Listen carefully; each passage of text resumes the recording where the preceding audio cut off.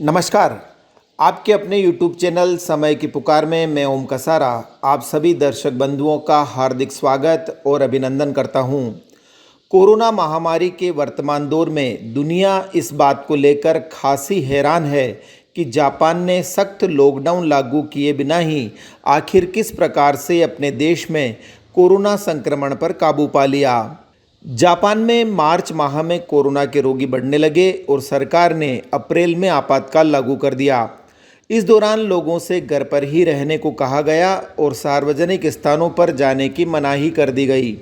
इसकी अवहेलना करने पर किसी भी प्रकार की पेनल्टी लगाने का कोई प्रावधान ही नहीं रखा गया। जापान को करीब से जानने वाले लोगों को पता है कि जापानी नियमों व कायदे कानूनों का पालन करने के मामले में बेहद ही सख्त और अनुशासित हैं। इसलिए उन्होंने कोरोना की रोकथाम के लिए अपनी सरकार द्वारा बनाई गई गाइडलाइन का अक्षरशः पालन किया। पब्लिक ट्रांसपोर्टेशन, गार्डन, औद्योगिक इकाइयाँ व सुपरमार्केट सभी आम दिनों की ही भांति खुले थे। अव्वल तो जापानियों ने इन स्थानों में प्रवेश ही नहीं किया और घर पर बैठे बैठे ही अपना काम निपटाया। यदि कहीं जाना बेहद ज़रूरी ही हो गया तो बिना मास्क पहने और हाथों को सैनिटाइज किए भीतर नहीं गए।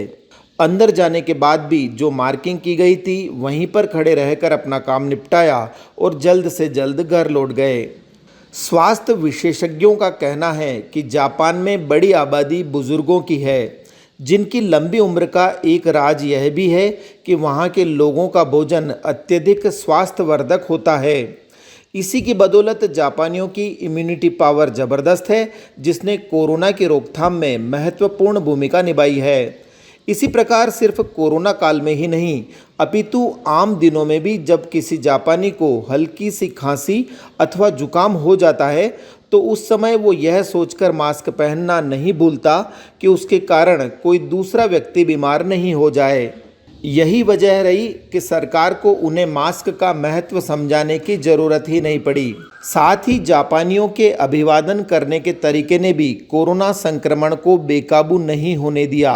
पश्चिमी देशों में जहां हाथ मिलाने अथवा चूमने की परंपरा है तो वहीं जापानी लोग आधा शरीर झुकाकर एक दूसरे को छुए बगैर ही अभिवादन करते हैं, जिससे सोशल डिस्टेंसिंग की पालना खुद ब खुद ही हो जाती है। और अंत में जापानियों द्वारा कोरोना पर विजय हासिल करने के अत्यंत ही महत्वपूर्ण कारण बने उनकी एकजुटता, परस्पर सहयोग की भावना और देशभक्ति की पराकाष्ठा, जो कि जापान को पूरी दुनिया में बहुत ही ऊंचा मुकाम हासिल करवाते हैं। बड़ी से बड़ी समस्या आ जाए तो उससे निपटने के लिए भी सभी जापानी तत्काल एकजुट हो जाते हैं और जो भी परेशान दिखे उसका सभी मिलकर सहयोग करते हैं। जहां तक देशभक्ति का सवाल है, उनके लिए अपना जापान सबसे पहले है, बाकी सब बाद में। यही वजह रही कि वहां लॉकडाउन लागू किए बिना ही लॉकडाउन के सभी नियमों की पालना हो गई। इससे जापान की अर्थव्यवस्था पर भी कोरोना का कोई असर नहीं पड़ा और आपातकाल लागू करने के मात्र 1 महीने बाद ही जापान में कोरोना संक्रमण की दर घटनी शुरू हो गई। वहीं दूसरी ओर भारत का हाल यह है कि जापान की ही भांति हमने लॉकडाउन तो सही समय पर लागू किया, लेकिन लाखों प्रवासी श्रमिकों को लेकर कोई ठोस योजना नहीं बनाई, जिसके कारण देश भर विशेषतः तमिलनाडु, महाराष्ट्र व दिल्ली में फंसे श्रमिक स्वयं कोरोना संक्रमित हो गए और जैसे तैसे अपने गांव पहुंचने के बाद उन्होंने अन्य लोगों को भी बीमार कर दिया। इसी प्रकार तबलीगी जमात के लोगों ने भी कोरोना संक्रमण फैलाने में कोई कोर कसर बाकी नहीं रखी। साथ ही जनता के जागरूक नहीं होने के कारण आज भी कोरोना मामलों में बेतहाशा वृद्धि हो रही है और यही हाल रहे तो हम जल्द ही ब्राज़ील व अमेरिका को भी पीछे छोड़कर कोरोना संक्रमण के मामले में दुनिया का नंबर 1 देश बन जाएंगे।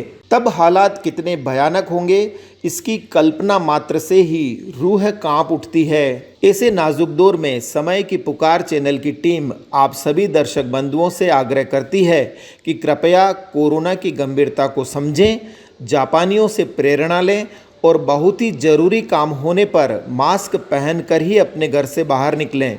अपने हाथों को बार बार सैनिटाइज करें और सोशल डिस्टेंसिंग की पालना करने में बिल्कुल भी कोताही नहीं बरतें। तो इस बुलेटिन में इतना ही। यदि ये आपको पसंद आया हो तो इसे शेयर अवश्य करें और आपके अपने यूट्यूब चैनल समय की पुकार को सब्सक्राइब करना न भूलें। धन्यवाद। जय हिंद, जय भारत।